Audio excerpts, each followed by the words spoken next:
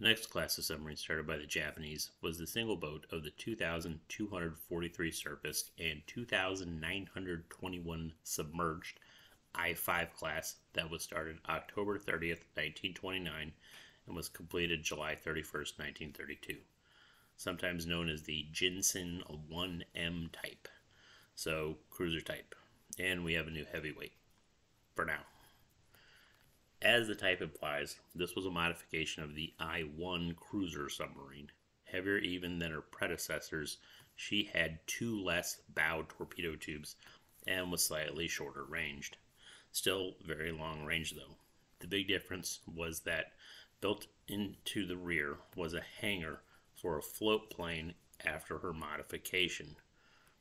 By hangar, I'm being generous. Really, it was 2 storage cylinders for a disassembled float plane. One had the body and the floats, the other had the wings. Remember, this was a biplane, so the wings were pretty big. As I've already covered, the idea of marrying scouting seaplanes with long-range cruiser submarines that would operate far from friendly bases made some sense. On paper. Most countries experimented with the idea before rejecting it. Sounds great, but the reality was the host submarine was forced to stay on the surface while assembling, launching, recovering, and disassembling the plane. This robbed the submarine of its vital ability to disappear if spotted, probably by a relatively fast-moving maritime patrol aircraft. In a time when aircraft were rare, this was acceptable.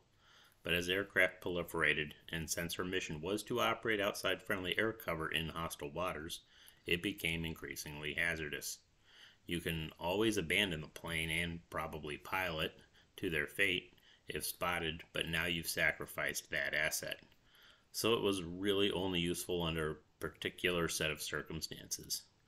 Oh, by the way, if the plane is spotted, and its job was to find the enemy, and that goes both ways, now they know you're in the area, somewhere. Since it's usually in waters they control, they're probably going to start looking for the mothership, or sub. So launching at night it was, but then radar became a thing. Ships and planes with radar. Undaunted, the Japanese went their own way and pressed on with the idea, as we shall see. So they doubled down and in the early 30s removed the rear gun and fitted a catapult aft of the sail so the plane could take off even in moderate sea states. After the sail. Has anyone noticed planes don't usually take off from the stern? There's a reason for that. Wind over deck. Turbulence. I could go on. So in 1940 the hangar and catapult were removed, a new conning tower was fitted, and the aft gun was reinstated. It's not that they gave up on the idea of submarine aircraft. It's just that they acknowledged this wasn't the way to do it. Regardless, she was still a large, long-range boat, and they weren't ready to give up on her. So she stayed in service. In fact, she was the oldest submarine that wasn't eventually relegated to training and remained in frontline service. Sort of. As the war lasted longer than hoped, she was again converted to run supplies. On a side note, did you notice the commissioning date? 1932. Did you notice her surface displacement of 2,200 tons? Remember that London Treaty thing? Yeah. To refresh everyone's memory, under the First London Treaty, which Japan signed while she was under construction, Japan was forbidden from building or acquiring any submarine over 2,000 tons. They were also forbidden from retaining more than 3 submarines between 2,000 and 2,800 tons, and they already had 4, the I-1s, so they cheated. It wasn't the first time, it wouldn't be the last. Main armament was 4 bow and 2 stern 533mm tubes for 20 torpedoes. 2 single open 140mm deck guns were mounted, one forward of the sail and one behind. Propulsion on the surface was provided by 2 diesels, which produced 6,000 horsepower that ran the 2 propellers and recharged the batteries for a surface speed of 18 knots. While submerged, she used her batteries to power 2 motors, which produced 2,600 horsepower for a top speed of 8 knots. Range on the surface was 24,400 nautical miles at 10 knots, and submerged she could do 60 nautical miles at 3 knots. Test diving depth was 80 meters. One floatplane could be carried after modifications. In mid-1933, she traded her aft gun for an aircraft, catapult, and hangar. In mid-1940, the aircraft, the catapult, and the hangar were removed and a more streamlined conning tower was installed, along with the rear gun being remounted. In mid-March 1943, she was fitted to carry a 46-foot Daihatsu barge after the sale in place of the rear gun, which was again removed. I-5 started the Pacific War patrolling off the coast of Hawaii looking for any ship going out or into the harbor during or after the attack.